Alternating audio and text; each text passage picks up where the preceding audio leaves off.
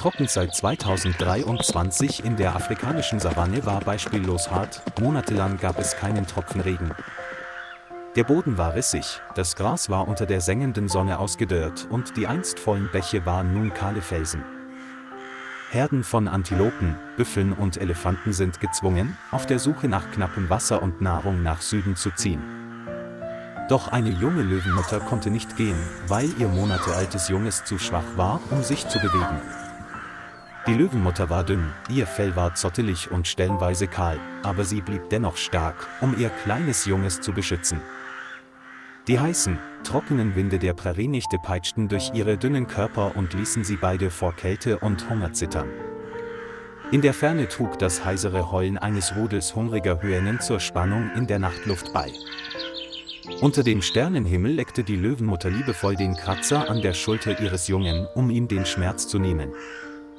Das hungrige Löwenjunge versuchte zu saugen, aber die Brust seiner Mutter war trocken und seine Augen waren vor Erschöpfung halb geschlossen. Mutter und Kind kauerten sich an einer trockenen Pfütze zusammen, die Köpfe gesenkt, und schliefen in der Dunkelheit und dem kalten Nachtwind ein. Am nächsten Morgen, als die Sonne gerade aufging, verließen Mutter und Kind mit langsamen, zitternden Schritten die flache Pfütze. Vor ihnen lagen nur trockenes Grasland und die Kadaver von Antilopen, die von der Dürre gezeichnet waren. Der Dampf, der aus dem rissigen Boden aufstieg, ließ jeden Schritt mühselig erscheinen. Geier kreisen hoch am Himmel und warten auf den Moment, in dem sie fallen, um herabzustoßen. Das Löwenjunge wurde immer schwächer, fiel oft vor Erschöpfung um und seine kleinen Beine schienen sich nicht mehr bewegen zu wollen. Die Löwenmutter war müde, stupste ihr Junges aber dennoch sanft mit der Nase am Rücken an und versuchte, es zum Aufstehen zu bewegen.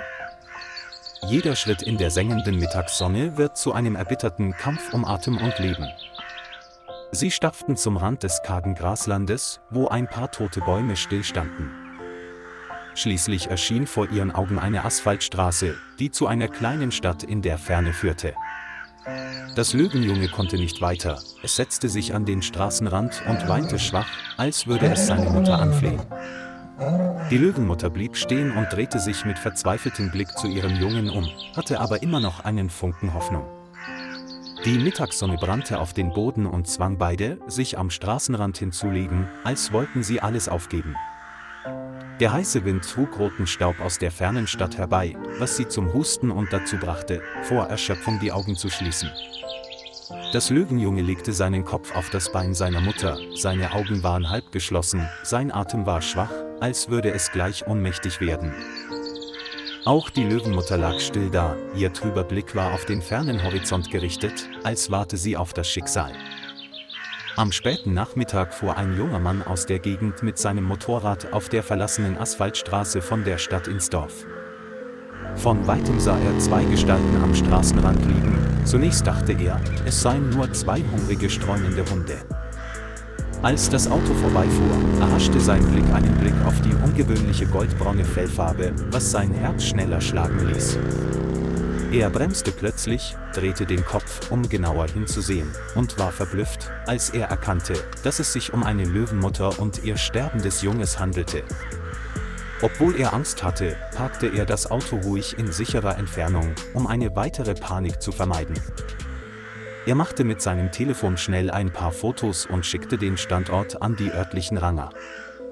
Als er auf Senden drückte, stieß er einen leisen Seufzer aus, in der Hoffnung, die beiden unglücklichen Seelen zu retten, bevor es zu spät war. Das Motorrad sprang wieder an, wurde langsam leiser und verschwand, die Straße blieb still und roter Staub wirbelte auf. Die Löwenmutter hob sanft ihren Kopf, um auf das Auto zu schauen, ihre Augen waren müde, dann fiel sie hilflos hin. Das Löwenjunge lag still da, nur sein schwaches Keuchen hallte im schwindenden Nachmittagslicht wider. Mehrere Geier kreisten und landeten in der Nähe und erwarteten das tragische Ende von Mutter und Kind. Das schräg einfallende Nachmittagssonnenlicht färbte die Narben auf dem Körper der Löwenmutter golden und machte die Szene noch herzzerreißender. Eine kleine schwarze Wolke zog träge über den trockenen Himmel, brachte aber keinen Regen mit. Nur 15 Minuten später fuhr ein Rangertruck vor und hielt einige Dutzend Meter von der Löwenmutter und ihrem Baby entfernt. 2 Ranger, einer namens Joseph Ndlovu und der andere namens Kagiso Mbeki, stiegen aus dem Auto und beobachteten ruhig die Situation vor ihnen.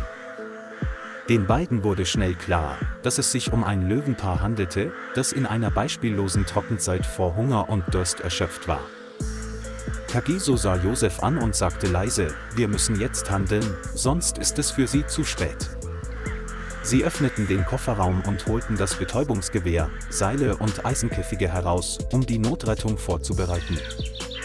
Joseph gab ein Zeichen, einen Sicherheitsabstand einzuhalten, und beugte sich dann langsam zu der reglosen Löwenmutter hinunter. Die Löwenmutter versuchte, den Kopf zu heben, knurrte schwach und brach dann schwer atmend wieder zusammen. Die Betäubungskugel aus der Waffe traf die Vorderschulter der Löwin genau und machte den Rettungsvorgang sicherer. Das Löwenjunge reagierte kaum, bewegte sich nur schwach und lag dann still da, als würde es aufgeben. Die beiden Ranger warteten einige Minuten, bis die Medizin wirkte, und näherten sich dann langsam den beiden. Joseph hob das Löwenjunge vorsichtig hoch und setzte es in einen gepolsterten Eisenkäfig auf der Ladefläche des Kleinlasters. Kagiso und ein anderer Kollege zogen die Löwenmutter vorsichtig in einen größeren Käfig. Sie schlossen die Käfigtür fest und bedeckten sie mit einer Plane, um Mutter und Kind vor der grellen Sonneneinstrahlung zu schützen. Das Auto startete, verließ die rote, staubige Straße und fuhr in Richtung der mehr als 20 Kilometer entfernten Rangerstation. Der Sonnenuntergang brach herein und hinterließ wie ein Zeichen der Hoffnung 2 tiefe Reifenspuren auf der trockenen, rissigen Straße. Als sie an der Rangerstation ankamen, wartete bereits das Veterinärteam und brachte Mutter und Kind sofort in den Untersuchungsraum. Sie führten eine Ultraschalluntersuchung und eine gründliche Untersuchung durch und stellten fest, dass beide aufgrund der Dürre nur schwer erschöpft und dehydriert waren. Ein Arzt indizierte schnell lebenserhaltende Medikamente und legte Mutter und Kind Infusionsschläuche an. Sie werden zum Ausruhen in Eisenkäfige gelegt, die mit sauberen, trockenen Matratzen ausgelegt sind und sind vor Zugluft und Staub geschützt. Die Ranger brachten Tabletts mit frischem Fleisch und Eimer mit sauberem Wasser und stellten sie direkt neben den Käfig. 2 Stunden später öffnete die Löwin langsam ihre Augen und sah sich mit einem müden, aber nicht mehr ängstlichen Blick um. Das Löwenjunge streckte seinen Hals, um den Geruch seiner Mutter zu erspüren, roch dann das Fleisch und kämpfte sich hinüber, wobei es kleine Stücke herausriss und fraß. Dann beugte sich auch die Löwenmutter hinunter, um langsam Wasser zu trinken, als wolle sie etwas von ihrer verlorenen Kraft zurückgewinnen. Die Ärzte und Ranger standen vor der Käfigtür, sahen sich an und lächelten erleichtert. In dieser Nacht schliefen beide tief und fest unter der Heizlampe, ihre Atmung war gleichmäßig und friedlich, eine seltene Erleichterung nach einer Reihe harter Tage.